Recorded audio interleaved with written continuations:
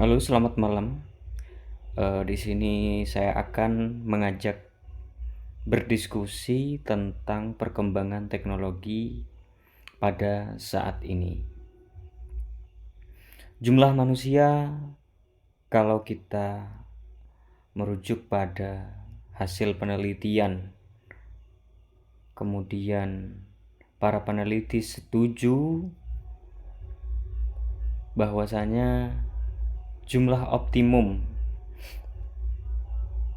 manusia di bumi ini untuk hidup dengan sehat, dengan udara yang bersih, adalah hanya 3 miliar orang.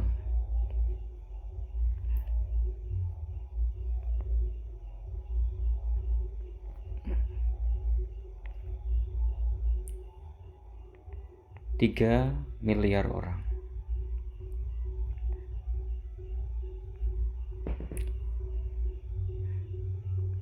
Kita melihat bahwasanya angka kelahiran umat manusia setiap tahunnya meningkat secara eksponensial. Artinya meledaknya jumlah umat manusia semakin tahun semakin tidak terkendali. Artinya terjadi peristiwa yang kita sebut over capacity dan juga apa teman-teman?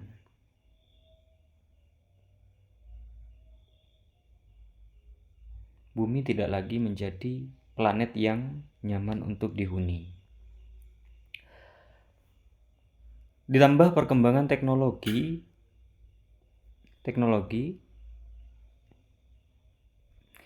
semakin tahun semakin meningkat.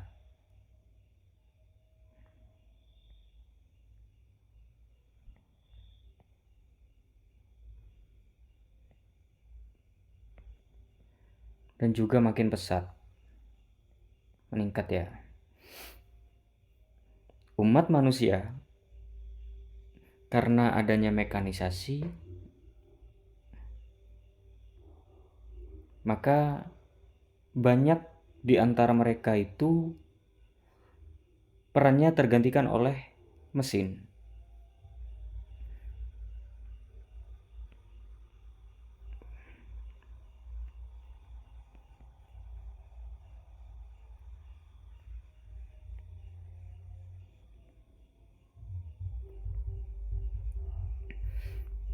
Sehingga apa yang terjadi?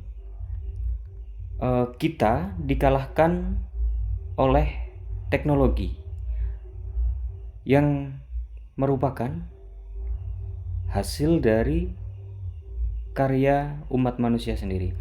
Artinya tidak lain yang mengalahkan ataupun kita terjebak oleh sebuah sistem yang kita buat sendiri. Di sini kita kalah. Maka tidak salah kalau kita itu sebenarnya bersaing dengan hasil ciptaan umat manusia sendiri. Nah, bagaimana kita mengatasi meledaknya umat manusia? Ini kan menjadi problem ya. Peningkatan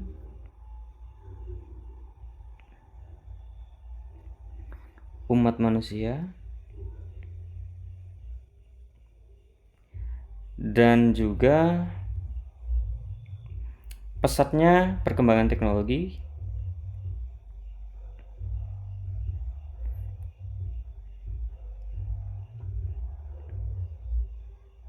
ini bisa kita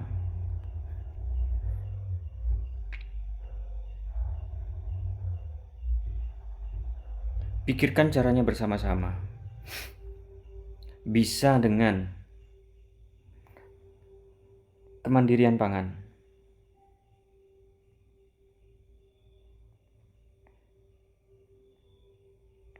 Artinya kita kembali kepada alam yang natural.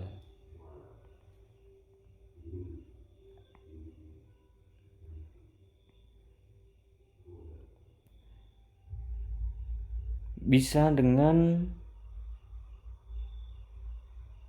swasembada pangan.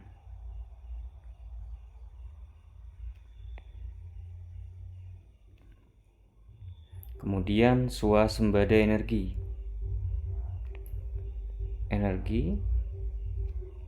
Dan juga swasembada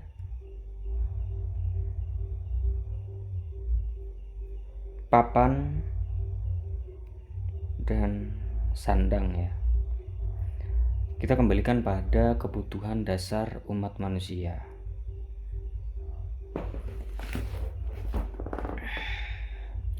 Tujuan dari swasembada ketiga kebutuhan dasar umat manusia ini adalah karena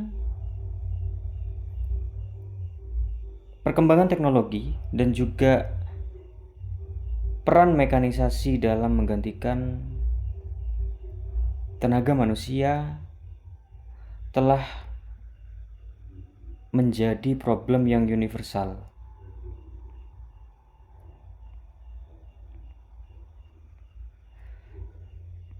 Jadi dengan adanya solusi back to nature dengan beberapa visi seperti swasembada pangan, energi dan juga papan dan sandang, kita bisa istilahnya menggocek masalah ya.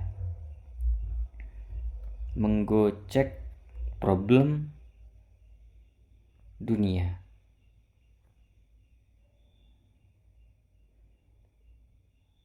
Dengan cara kita kembali kepada kehidupan yang sifatnya primitif. Artinya kita mirip-mirip seperti orang di zaman dahulu, tetapi itu jauh lebih baik daripada kita harus menanggung masalah global. Sedangkan hidup kita itu perkiraan berapa?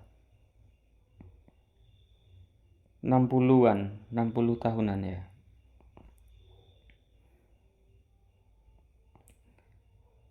Kita tahu inflasi, deflasi ya, adalah sihir di dalam dunia yang menyebabkan kita terdampak oleh dampak-dampak yang orang yang berkepentingan itu inginkan. Mereka sengaja membuat dampak semacam itu untuk membuat dunia versi mereka sendiri dengan cara menjadikan manusia yang lain sebagai objek dari persaingan yang sebenarnya tidak sehat di dalam kehidupan optimal kita sebagai manusia di bumi. Padahal kita oleh Tuhan telah diberikan hak untuk hidup dengan nyaman, dengan kita memperjuangkan apa yang kita memang miliki. Sebenarnya kita tidak harus berjuang untuk itu karena memang sudah diberikan kepada semua umat manusia sejak dia lahir, yakni hak. Tetapi dengan adanya sistem yang mendunia, sifatnya universal.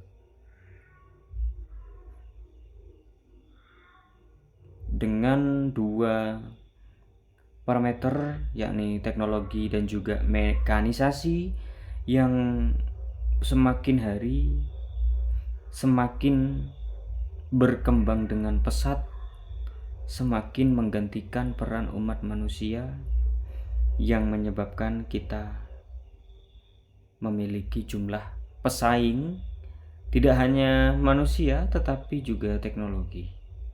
Bahkan yang berkembang akhir-akhir ini, perkembangannya sangat signifikan untuk menggantikan beberapa pekerjaan umat manusia, yakni teknologi artificial intelligence yang banyak sekali menggantikan peran pekerja, seperti membuat tulisan misalnya. AI bisa belajar untuk membuat tulisan, bisa membuat sesuai dengan kata kunci yang kita masukkan. Juga terkadang beberapa perintah tidak dimengerti oleh AI, sehingga pada saat ini belum sepenuhnya dapat menggantikan peran umat manusia, tetapi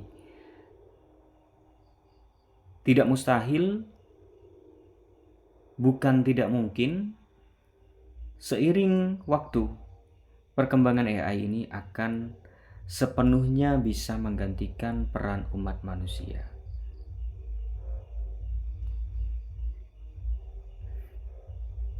Oke, sekian diskusi dari saya. Mungkin